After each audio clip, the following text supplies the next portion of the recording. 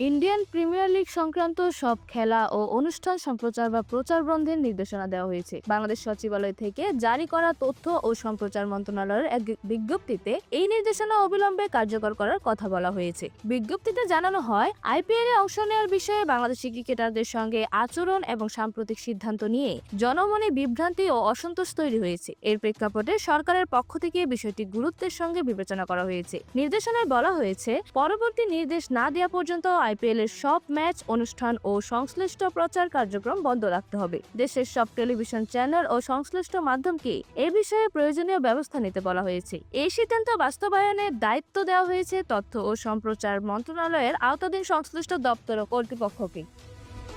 একই সঙ্গে কেবল অপারেটর ও সম্প্রচার সংশ্লিষ্ট প্রতিষ্ঠানগুলোকে নির্দেশনা মানার আহ্বান জানানো হয়েছে। বিজ্ঞপ্তিতে আরও উল্লেখ করা হয়েছে, এই সিদ্ধান্তের বিষয়টি সংশ্লিষ্ট সব মন্ত্রণালয় ও সংস্থাকে অবহিত করা হয়েছে, যাতে সমন্বিতভাবে নির্দেশনা কার্যকর করা যায়। প্রয়োজনে পরবর্তী সময়ে নতুন নির্দেশনা জারি করা হবে। উপসচিব স্বাক্ষরিত এই বিজ্ঞপ্তির মাধ্যমে সরকার স্পষ্ট করেছে, দেশের ক্রিকেট ও ক্রিকেটারদের স্বার্থ সংশ্লিষ্ট বিষয়ে অবস্থান থেকে তারা সরে আসবে না। পরিস্থিতি পর্যালোচনা করেই ভবিষ্যৎ সিদ্ধান্ত নেওয়া হবে বলে জানানো হয়েছে। পরবর্তী আপডেট জানতে অবশ্যই চ্যানেলটি সাবস্ক্রাইব করে রাখুন। ধন্যবাদ। প্লেবাজ নিউজ।